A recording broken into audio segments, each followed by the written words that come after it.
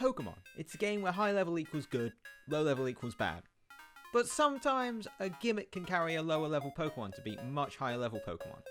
So I set out with an elite squad of just 3 Pokemon, each with a gimmick, to beat the game. And here's how it went. The first battle against the rivals is easy, but none of my strategies work to them dealing little damage. Now I dash through Route 1, use Rattatas, run away to ensure escape from wild encounters, and make my way to the first end fight. The first end fight allows for one of my Pokemon to shine, Skarmory. With its sturdy ability, it's able to survive 2 attacks from max HP.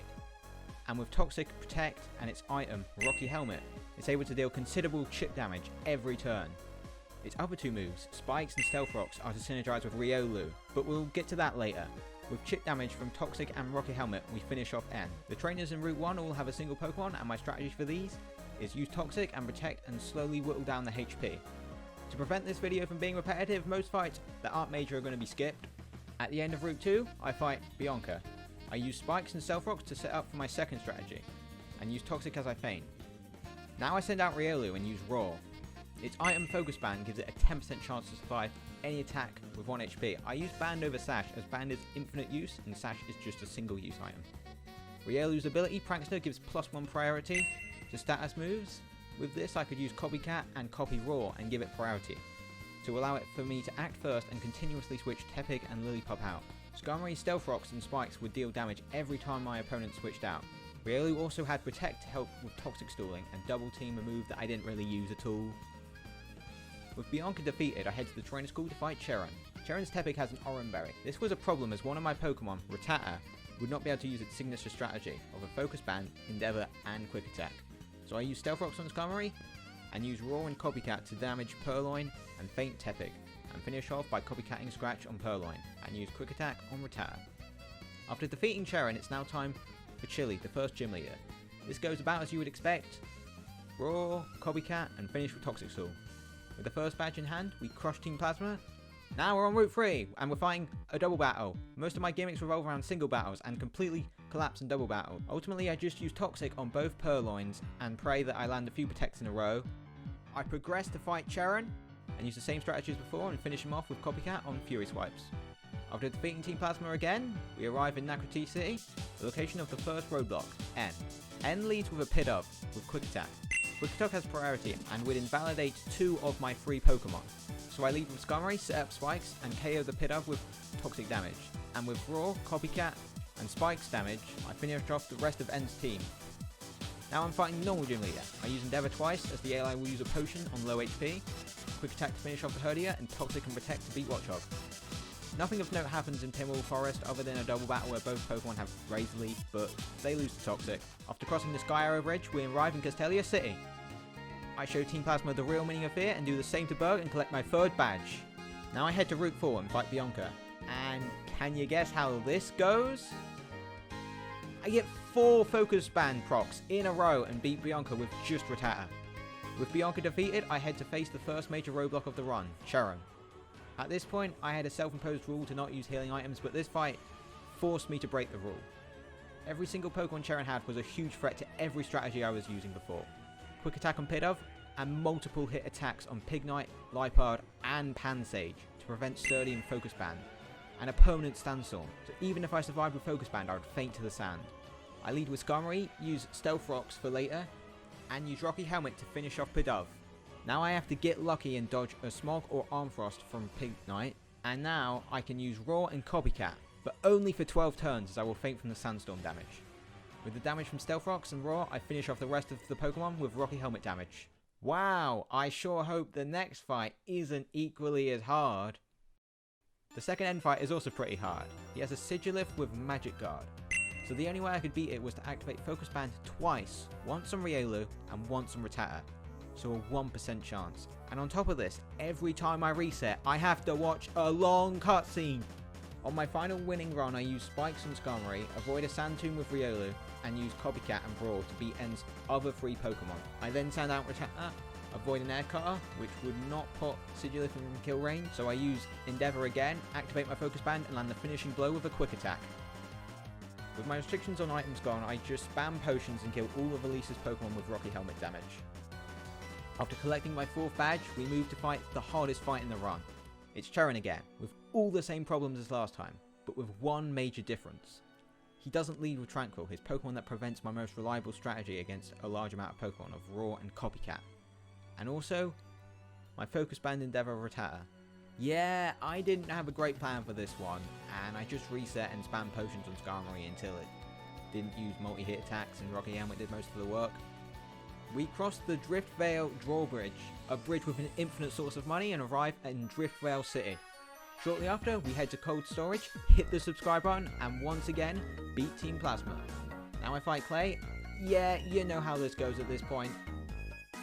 I, yet again, use the same strategy to cross Bianca and head to Chargestone Cave. Whoa! End fight! I use Rattata to beat Boldor, Skarmory to beat Joltik, and Riolu to help out against the rest. Next I go to Celestial Tower, fight an Elihim that really likes to use Simple Beam. After ringing the bell, I sprint down to Mistrolan City to take on the gym. Some of the gym trainers have Sigilif, a Pokemon with too difficult to deal with abilities, but with enough resets, I beat all the trainers and prepare to fight Skylar. Skylar is easy, just use Endeavor Quick Attack on Swoobat, Toxicon on Pheasant, and Rocky Helmet to finish off Swanna. We now rematch Charon on our way to Twist Mountain, but this time most of the reasons he was hard before are gone, and we beat him with ease. Fortunately, you can skip Twist Mountain during winter, and with that completed, we head to fight Bryson, the 7th gym leader. Wow, I bet you can predict how this fight goes. Yeah, they all faint to Stealth Rocks. With Bryson defeated, we climb Dragon Spiral Tower and fight a battle where we have to fight 4 trainers in a row. Luckily, I beat them all with just Skarmory and reach the top of the tower. At this point, I realise I have to go all the way back to Relic Castle. After a short Google search, I teach Fly to Skarmory and go back to New Varma Town to pick up Protect, and then head to Relic Castle. Team Plasma was really easy. After finishing them off, I buy fresh waters as they're cheaper than potions and fly to Mistrolan City to delete Fly and relearn Protect on Skarmory. Now, after once more going through Twist Mountain, we head to Two Blind Bridge and fight Bianca for the final time. Yeah, everything dies to Skarmory again. Now we reach Opalus City, home to the 8th and final gym. The only problem with Iris is her Haxorus has Mold Breaker that would prevent Skarmory's Sturdy from activating, but like every fight prior, you know, Riolu just beats it. With all 8 gym badges in hand, I set my goal for the Pokémon League, but one trainer would stand in my way. A trainer we know all too well. Surprise, it's Charon! This fight is about the same as last. The only significant difference is Emboar has Flamethrower, a move that doesn't cause contact and has a chance to burn, making Skarmory less reliable. After using Roar with Riolu, due to leftovers, his final Pokemon is Emboar, and I used Skarmory with Rocky Helmet for the win.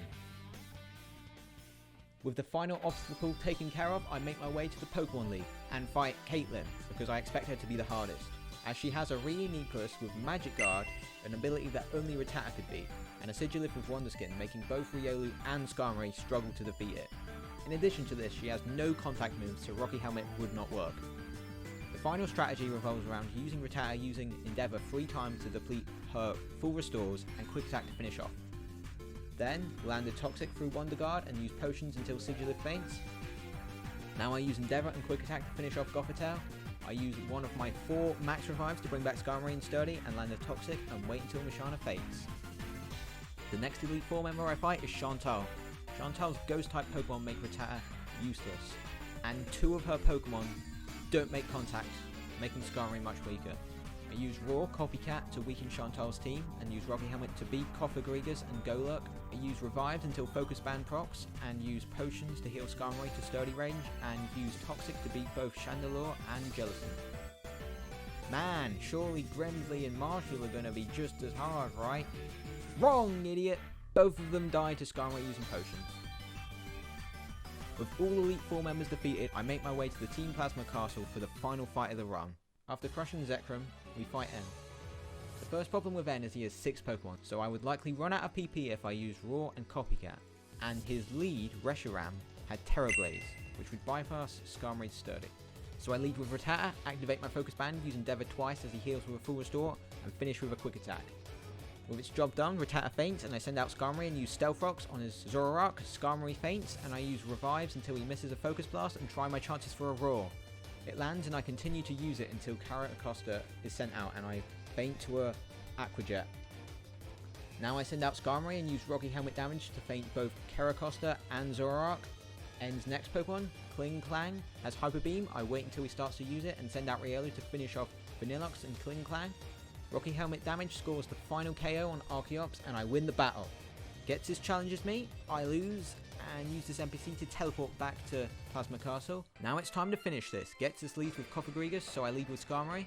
I use the combo you're already used to at this point until I run out of PP. Next I use Rocky Helmet to beat Bisharp, wait until Hydreigon misses, use Toxic, fight Electros with Rocky Helmet damage, but feign to a Flamethrower burn. I use Max Revives and Skarmory and finish off Electros with Rocky Helmet damage. Bouffalant yet again dies to Rocky Helmet damage, and Seismitoad loses to Toxic damage and gets his final Pokemon, Cofagrigus, faints to Toxic. And with that, I have beat Pokemon White with just 3 level 1 Pokemon. And if you enjoyed, make sure to like and subscribe.